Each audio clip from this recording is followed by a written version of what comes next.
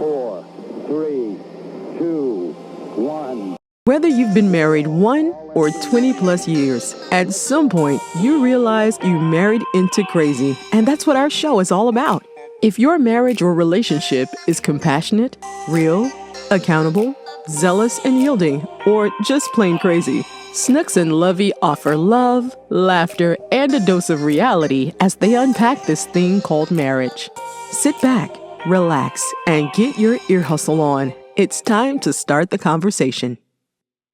Welcome back to another episode of the Married into Crazy podcast with Snooks and Levy. I'm Snooks. And I'm Levy. And we are Married into Crazy. Hey, so, wait, go ahead. I'm sorry. I just wanted to say thank you for coming back. Look, for those of you that have been rocking with us since 2018, thank you for coming back, going through all the ups and downs and, the highs and the lows with us. And, this is a podcast for married couples, for those individuals that aspire to be married. Mm-hmm. If you're in a relationship, long-term relationship, the information pertains to you as well. So we talk about all things as it relates to our relationship and other relationships, but we also bring you subject matter experts as well as other couples that kind of talk about their stuff and what they're going through. And hopefully we're building, a pathway, if you will, that's going to be able to help individuals. Something that somebody might say, that nugget might not be for you, but the next one might be. And so that's what we do on a daily basis. Actually, it's on a weekly basis. So that kind of reminds me. Okay, anyway, I'll go back to that. Real quick, I just want to just kind of point out something that you said this weekend was so funny. So Saturday was pretty much a good day because we kind of chilled at the house a little bit. I was flipping through the channels and Lovey comes in the kitchen. He was like, this is the worst time of year for sports fans. I started laughing. I was like, right, because I'm looking for something to watch. And Isaiah, bless his heart, he's like, how come we don't watch football? I was like, football's over. He kind of took me Thank back God for a little Netflix. bit. So we turned on receiver. Yeah, so we got a little bit of football in. It was funny. Yeah. So I don't know. I thought about that anyway. So I was Isaiah. Isaiah was acting like my spotter. He was like, what about football? He was like, he gave me like a little alley-oop. So kind of when when you talk about having a spotter, those are the guys that are in the gym. I say the guys, but not just the guys, the people. Like women have spotters I know too. The people that are in the gym, like they're standing over you when you're lifting weights. They're there to catch the weight if it's too heavy or assist you or whatever. Right, it's an assist, right? So generally speaking, when you're in there lifting weights, you're pushing a weight, and more times than not, if you need a spotter, it's because you either want to make sure your form is correct in what you're doing. Look, I'm over here flexing. Either want to make sure your form is correct, or you want to make sure that the weight isn't too heavy such that it's going to fall and hurt you.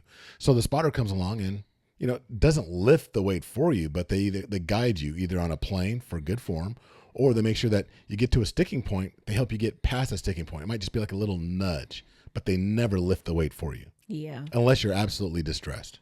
Well, so that made me think about though, like in relationships, in marriages or what have you, who's spotting your marriage? It's a good question. Do we have a spotter? We do. We actually, I want to say we have lots of spotters, to be quite honest. To keep us accountable.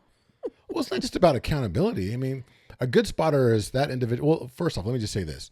Not only do you need a spotter, but you also need to be a good spotter for the people that are around you. It looks like we're just jumping right into this, y'all. I was like, okay, then, hey, let's do it.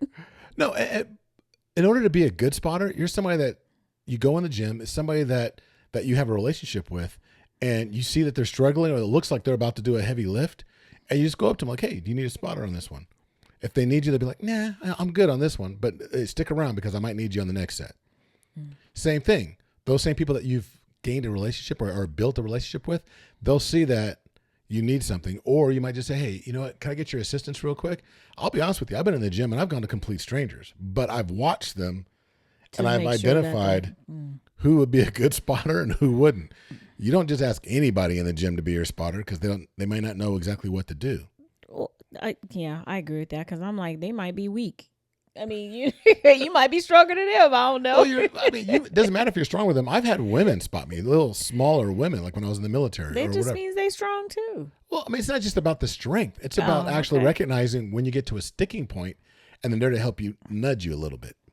Right? So look, here's what we're going to do. We're going to actually identify what it means to be a spotter and what you need to be a spotter in a relationship. And so you better get your water, your towel. Oh yeah, and get some gym shoes on. Emotional gym shoes. Ooh, okay. Y'all might be running. So let me ask you. So Might be what do you crying. think? So we've talked about the role of a spotter in the gym. I mean, how does that really apply to our relationships? So I mean, it kind of like you said, it's someone who is trustworthy. I feel like they should be trusted. Okay. They have credibility Ooh. because you can't just, like I said, I need to know that you could push this weight or be there to assist. You know, there's nothing like, because they stand over you. If they don't catch the weight or they don't help you, then that means it's gonna come crashing down on you. Oh, right? and I've been there. I've had the weight. Have you? Oh yeah, where like me thinking I know what I'm doing, that it's not too heavy, that I can carry the weight, and I'm thinking, okay, I've done this before, or it doesn't look that hard. And I've had the weight come down to where it's like on my chest, like, ooh, I cannot do. It's not funny, but there's nothing As worse. I laugh, no, I'm playing. I've been there where you sit there and you've got this weight pinned to your chest and you can't do anything other than sit there. And the people that lift weights will really identify with this, where you have to sit there and you have to angle the weight So that the the bar hits the ground at an angle. Oh no! So you can try and get the weights slide off. Sometimes you can slide it because a lot of times we're not always the safest individuals, right? So when you lift weights, like let's say you're doing a bench press, you want to and you're supposed to put clips on. Are you sliding it off? You're supposed to have clips on.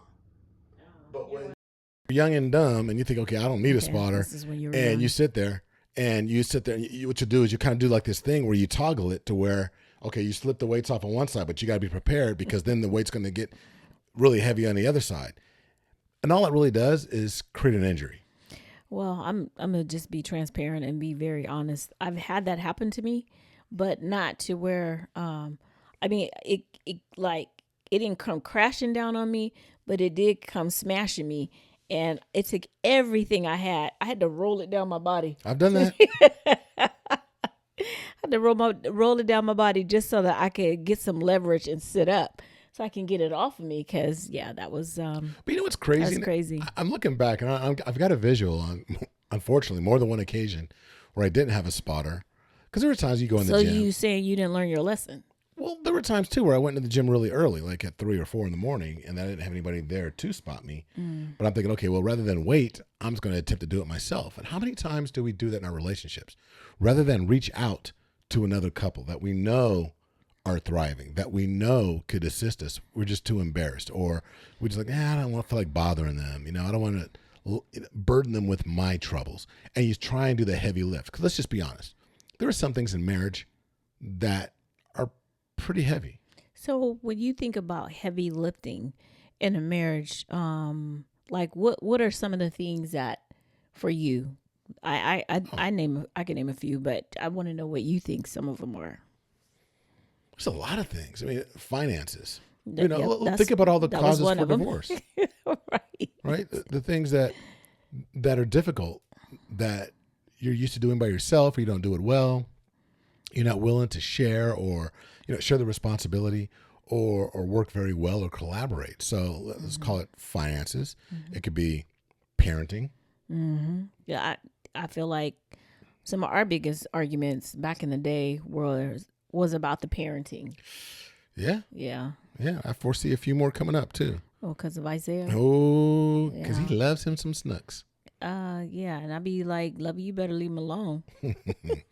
Yeah. Argument. Not like no Argument loading. whatever. No, Not but really. let's just be honest though. There could be sexual tension.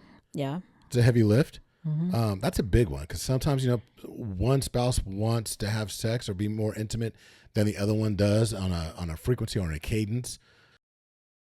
Might be you don't feel like you're appreciated.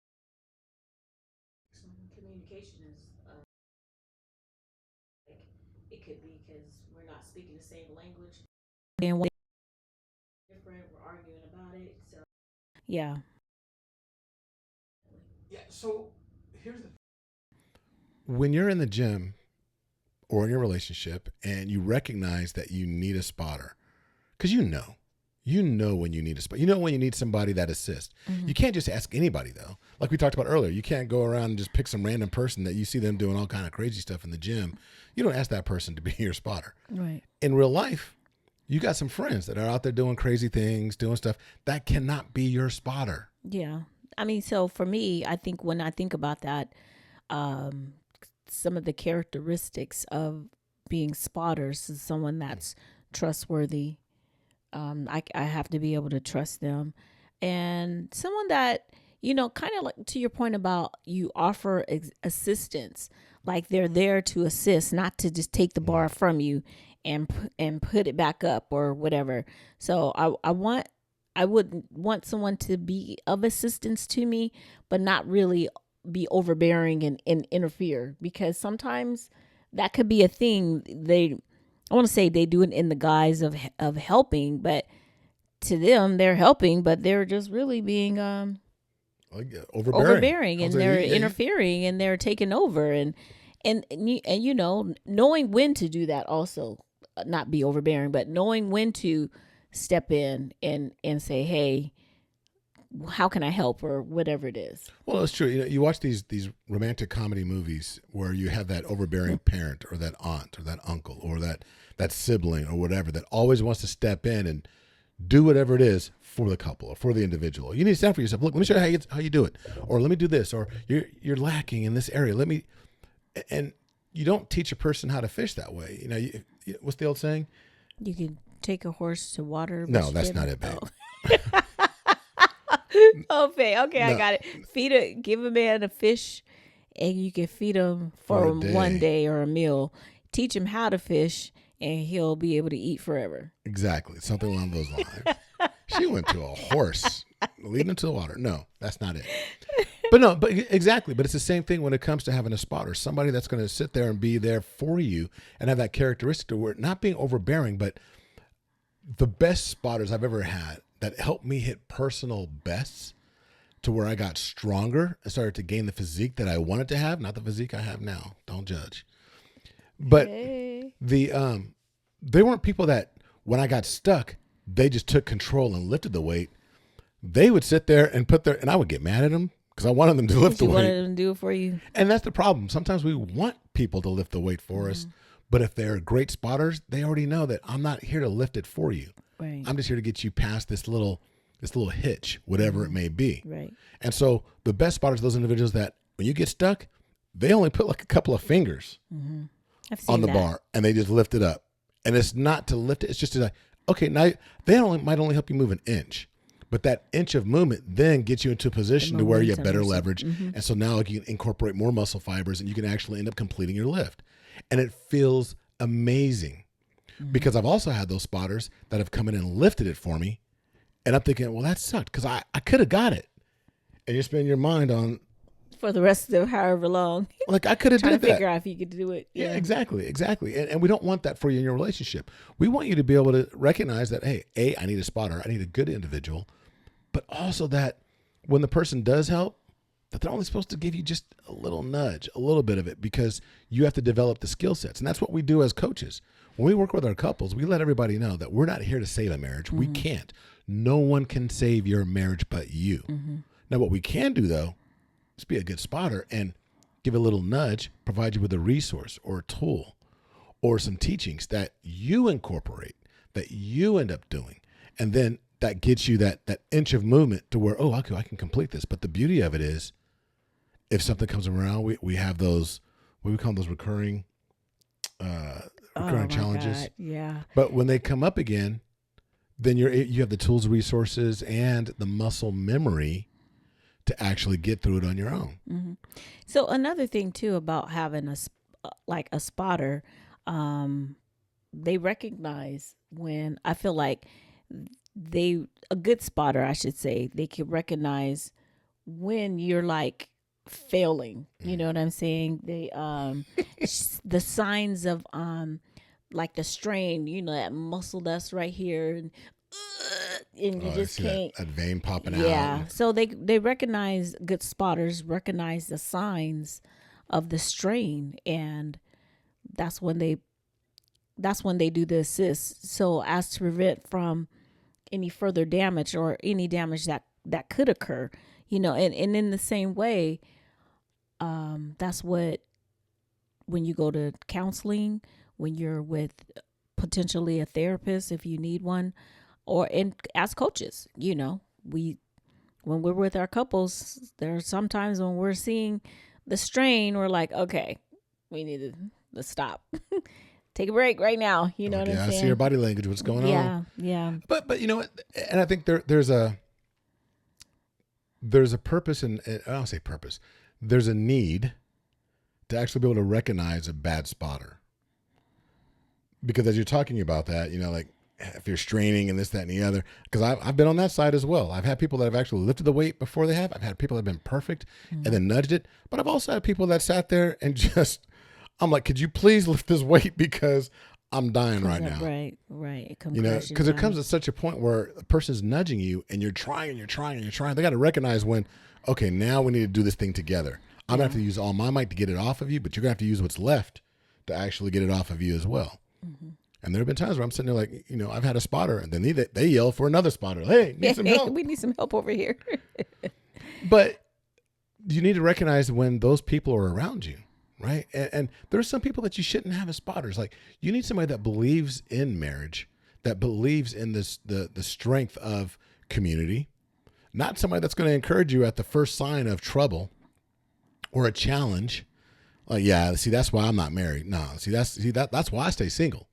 Right? Because I don't got to go through that, man. Why are you even doing that? Why are you even in this relationship?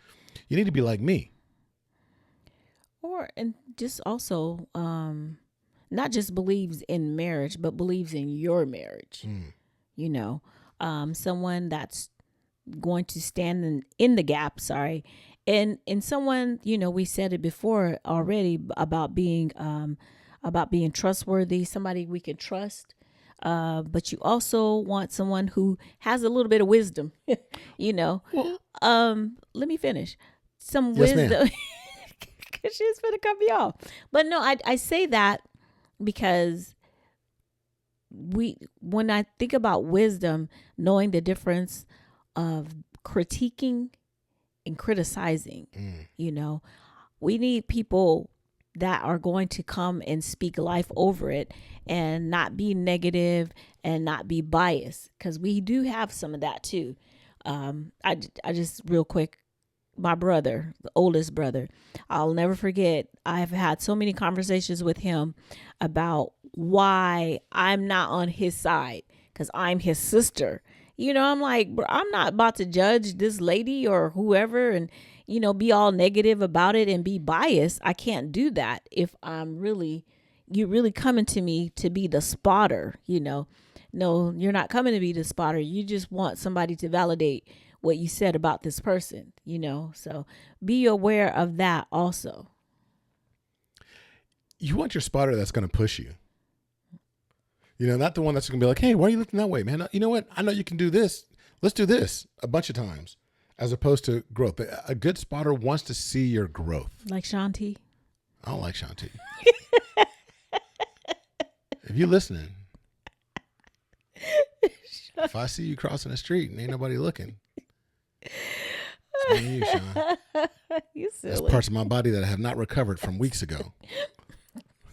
But anyway. Why are you silly? That's no, funny. but here's the thing. But you mentioned, why you're not on my side. You don't want people that are envious either, that are spotting for you, because you mentioned trust, somebody that's honest, but you don't want somebody that's envious of the relationship that you have as well, because then they might start to, it's almost like a Trojan horse type thing, right? Like they're in, but they might put little bits and pieces of doubt or concern, or they might chip away at the strength that you do have, because they want what you have.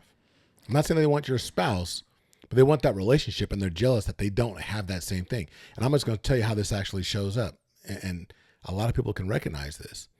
You came up with your boys, or you came up with your girls, and then you're happy, you're in a relationship, and now they're getting upset because you don't have time for them, because not going out to the club no more. Not going to the club, not doing the things you used to do, not going on the vacations, this, that, and the other. And it's like, you don't change, this, that, and the other. And they're envious of the relationship that you have, And sometimes they sabotage, Mm-hmm. not necessarily consciously, Mm-hmm. but they can unconsciously begin to sabotage what you have by planting thoughts in your head about, whether this is the right thing for you. And don't you remember when we used to do this and used to have so much fun? Happiest time in your life was this. And it doesn't take a whole lot, because getting into a relationship, again, it's heavy work. And when you're doing things, your mind is always looking for a way out. If it's always looking for the path of least resistance, and the path of least resistance is always going to be the easy thing we did in the past. Yeah. And so you got to be careful that you're not surrounding yourself with that type of individual as well. Mm-hmm. That's true. So you got to build that strong support system. Because that happens more often in couples relationships than I think we even talk about. Because a lot of people, there's always somebody in the group that's single or that has a relationship that's not, maybe not as good as your relationship is. And so when you do something like for your spouse or your partner, and like checking in, what you, girl, I ain't finna be, he missed me with all that, blah, blah, blah. Or if you with the boys, oh, you got to check in because you got to, it's just whatever the negative things Go that call they the say. boss. Go call the boss. Stuff like that, that will make you feel some kind of way. That could make you feel some kind of way. And a person, I feel like, who is not rooted, I don't want to say rooted, but maybe not as strong, have the strength to stand up to whomever, they'll start, yeah, man, you know what? Forget that. I'm not. Or girl, you know what? He do be tripping about that, huh? And then it just gets on this big old roller coaster or this avalanche of feelings, and then you just go down with the crabs in the barrel. That's just them trying to. A lot of times, they're trying to separate you from what you have, because they don't have that. Either they don't have a man or a woman, or the one that they have they don't want to be with, or the relationship is bad. So that's like throwing the spotter instead of helping, putting extra weights on the on the barbell, and be like, oh, and acting like, oh, I'm helping you, or whatever it is. So it shows up in just all kind of ways. And don't think like, oh, that doesn't happen. It does. Think about this. All these romantic comedies that you see, there's more times than not, I'd probably 10 of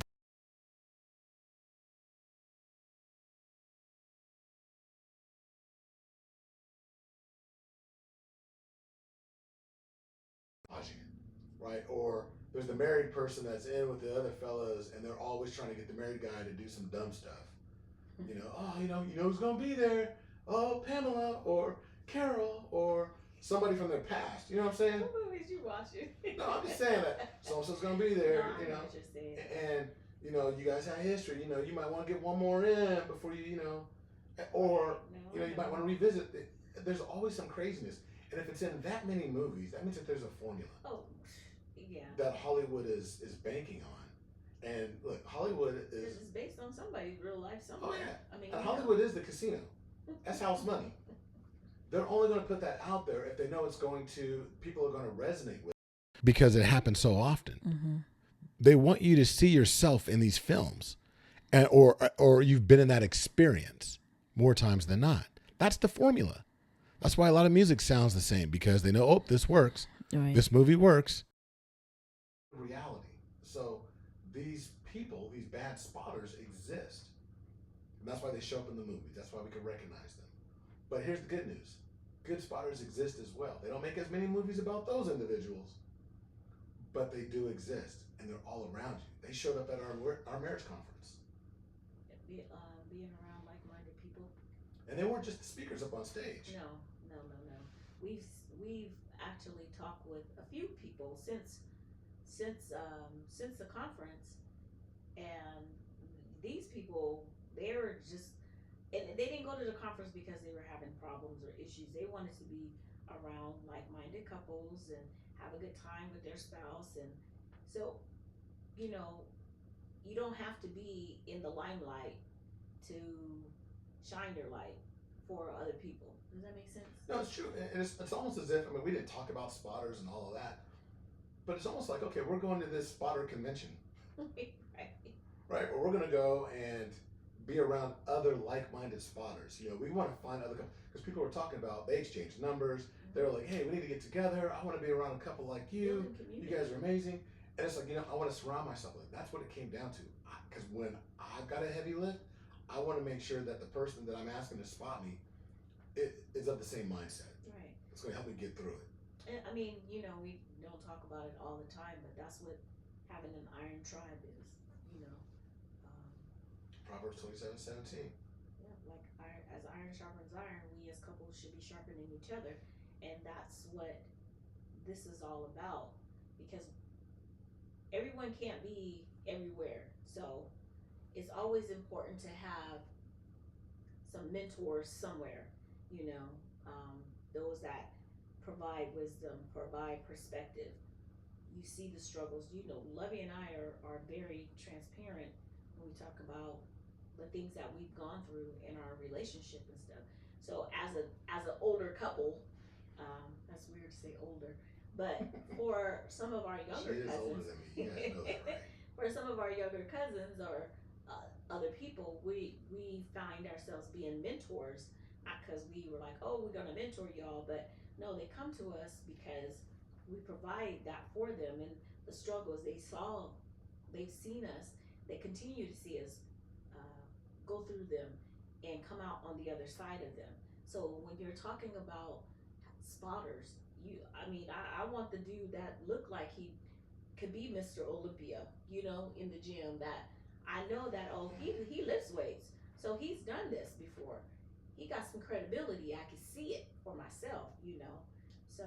And there's a price to pay to a certain extent. I mean, just again, keeping it real. Smith said that you guys have seen us, you know, through a lot of different things. We've been extremely transparent, as much as we can be, and we feel comfortable with, which is a lot. But you've seen us at our worst. You know, like we had spotters when we lost our son that had been there, that had done that. It's unfortunate, but we have, unfortunately, quite a few friends that have also lost a child or lost a very close individual, and they helped us. They spotted us through that. They still spot us to this day. And the even sadder truth is, now we're spotters for other people that have lost. You know, you show up for others. You know, you know that saying, you know better, you do better. You should. Yeah, well, when you know more, you do more as well. And so I think it helps tremendously. So let me turn this around on you, the listener, the viewer. Who's your spotter in your relationship? Now give it real thought. Who is your spotter when there's a hiccup with the IRS? There's a challenge, you need a better tax person. You're having difficulty with your FICO score. Is there somebody that you can turn to that you know has good, solid fiscal responsibility or practices that you can talk to as a couple? That's a heavy lift for some people. Credit. Seriously. You know, we've got people in our network where we can turn to them and talk to them. And we have. If you're having sexual challenges or intimacy challenges, is there somebody that you can turn to and talk to in that respect? Is there somebody that's going to spot you without any type of malice or bias or gossip? Ooh, that's a big one. That is a big one. Yeah, I mean, you got to feel safe, you know. And as a spotter, you should make sure that the space is safe. I always say it wrong, but you know, there are characteristics that you have to have also. I didn't mean to cut you off or anything, but just thinking about the characteristics of a spotter. You know, someone who we always gonna come back to trustworthy, because you got to be trustworthy. You got to be honest. You have to be present. You know, because sometimes you know, some people, they say they're present, they're physically there, but are you hearing me? Are you mentally here? You know, emotionally or whatever. Those are some characteristics of a spotter. Are you a good listener? How much compassion do you have? And let's keep it real. We need to be compassionate. You need to be real, accountable, be zealous and yielding in order to be a good spotter, because those 5 pillars will touch so many different areas, you know. Very true. So look, we're not going to belabor the point, but we want you to really start thinking about, is it time? We're still at the beginning of the year. I can't believe it's about to be March. Dang, it's going to be March. But we're still in February, right? It's the shortest month of the year, but we're still in that first quarter of the year. So you have plenty of time to get your reps in when it comes to your relationship, when it comes to your marriage. Start looking around you and ask yourself, okay, who are my spotters? And for what different areas of my life do I need spotters? I'd even say go a little bit deeper. Am I even a good spotter? Have I spotted for anybody? And did I do a good job? Because this is one of the situations, do unto others as you want them to do unto you. Right? It's that golden rule. So think about who's spotting you, who you need as spotters, and if you are a good spotter, and make the adjustments. Attract those individuals. And I'm going to start saying, those things that you've been avoiding in your relationship, those are usually the heavy things. Yeah, that's true. So pick up those weights, get your spotter in place, and let's get better this year. Let's thrive in 2025 as opposed to doing the same thing over and over again and not being better for it in this next year. Your relationship deserves it. Right, and make sure that, we talked about like people at the conference or exchanging phone numbers and stuff. Make sure that you're intentionally, if you're a married couple, intentionally making connections with other couples who are like-minded. You want to build relationships that are strong when it comes to their marriage. The love is strong and you can see it, not just, oh yeah, I love him. It has to go deeper than that, I said it before. I don't just love being married. I love being married, but I also love being his wife. So, and he better say he loves being my husband. Derek Seymour is not watching. Well, we're doing that blink, the double eye, hard blink. But you The know, international help signal. No, and I do, and I love it, and I love the community. We have such a strong community of individuals. It's taken time to discover each other. It's taken time for people to develop trust in us, and us in them as well. We were just on the show. We were invited to another marriage community to share, to do a mastermind, or not a mastermind, but to do a master class specifically for their group, for their community. And by the end of the conversation, when the camera wasn't rolling, we were discussing collaborating and doing things and seeing how we can help each other. That is spotting each other. They know that if anything ever goes down, they need some counsel, they need to talk, they can call us. I know that I can call them if we're going through things.